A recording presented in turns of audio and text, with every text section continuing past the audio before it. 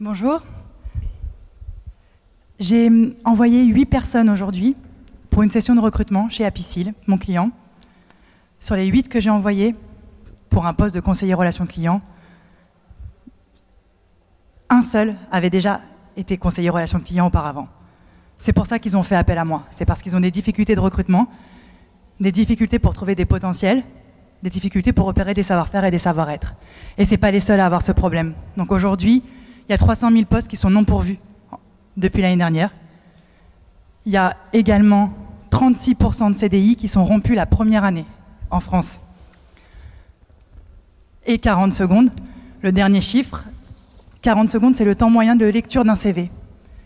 Comment on fait pour repérer les compétences sur des profils qui aujourd'hui changent constamment de métier, changent constamment de secteur d'activité?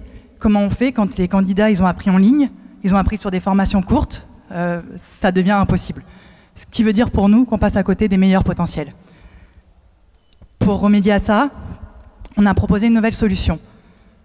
L'idée, c'était de remplacer la présélection qui se fait aujourd'hui par le CV, par un test en ligne, un test qu'on crée spécifiquement pour nos clients. Au démarrage, on évalue les compétences clés avec le client. Une fois qu'on a évalué ces compétences qui peuvent être du savoir, du savoir-faire ou du savoir-être, on crée le test pour chacun de nos clients. Ce test, on le met en ligne et on présélectionne les meilleurs candidats, peu importe ce qu'ils ont fait avant. On le met en ligne directement sur l'offre d'emploi. Ça, c'est notre cœur de métier. Ça veut dire que le candidat, il consulte l'offre, il clique sur candidater, il tombe directement sur le test. Il n'y a pas besoin de passer par l'épreuve du CV, l'aide de motivation. Nous, une fois qu'on a fait ça, on va évidemment réaliser les évaluations. PeopleIn, c'est moi, fondatrice et dirigeante de PeopleIn, mais également 3 autres personnes.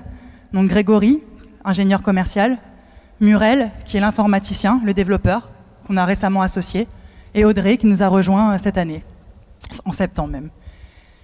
Les étapes clés prévues initialement, c'était, alors je dis initialement parce que vous allez voir, il y a du changement, je connais déjà certaines personnes dans la salle, c'était de développer suffisamment de templates. Évidemment, nous, on va travailler par compétences. Donc l'idée, c'était d'avoir des modèles d'évaluation pour pouvoir les réutiliser, tout en contextualisant bien sûr à chaque client, mais avoir des modèles suffisamment efficients et qui marchent. Et au bout de 40 templates, c'est un chiffre généraliste, mais ça pouvait évidemment être moins, mais l'idée étant d'avoir suffisamment de templates pour pouvoir, après, lever des fonds et proposer un abonnement à nos clients sur la base de notre outil. Finalement, on ne va pas faire ça. On ne va pas faire ça pour plein de raisons. Parce que déjà, on a déjà commencé à commercialiser et que nos tests fonctionnent et que ça marche. Donc, on a des clients, que notre concurrent numéro 1, donc Gochaba, a levé 1,2 million d'euros au mois de juin. Ça, c'est important pour ça signifie quelque chose. On ne va pas faire ça parce qu'aujourd'hui, on nous a demandé. Donc là, il y a Deloitte dans la salle, c'est très bien, mais il y a aussi Cliven, un autre cabinet qui nous a demandé, et aussi des organismes de formation qui nous ont demandé uniquement le test. Et ça, on ne pouvait pas le faire jusqu'à maintenant. On ne pouvait pas le faire parce qu'en fait, le test, c'était notre administration système. Donc, on a répondu à cette demande, mais en urgence. On n'était pas prêt. Finalement, l'informaticien, il m'a dit, on peut bien sûr donner un accès, mais c'était pas suffisamment prêt, c'était pas notre modèle de départ. On voulait vraiment vendre l'intégralité du recrutement, sachant que notre cœur de métier, c'est le test. Du coup, on revoit notre plan, et on se dit qu'au final, c'est maintenant qu'on va lever les fonds. C'est maintenant parce que de toute façon, on avait pensé revoir notre plateforme. Et du coup, on s'est dit que quitte à la revoir, autant la rendre accessible à nos clients. La rendre accessible demain. Je dis demain parce que c'est ce mois-ci pour de vrai qu'elle sort, la plateforme. Et nos clients pourront donc désormais accéder directement à leurs tests, que nous continuons pour l'instant de créer pour eux. On crée leurs tests et ils l'exploitent. Du coup, ça nous permet évidemment de proposer un autre business model, le paiement du test et non le paiement au candidat et le résultat. Et potentiellement un abonnement.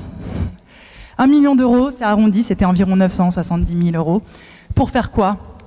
Alors, pour passer à l'étape d'après, c'est-à-dire que les candidats, on voudrait leur créer un espace personnel pour qu'ils puissent candidater directement après sur nos tests et plus rentrer l'identité, connecter notre plateforme au logiciel SIRH, et évidemment, par la suite, recruter au plus vite pour pouvoir développer notre marché.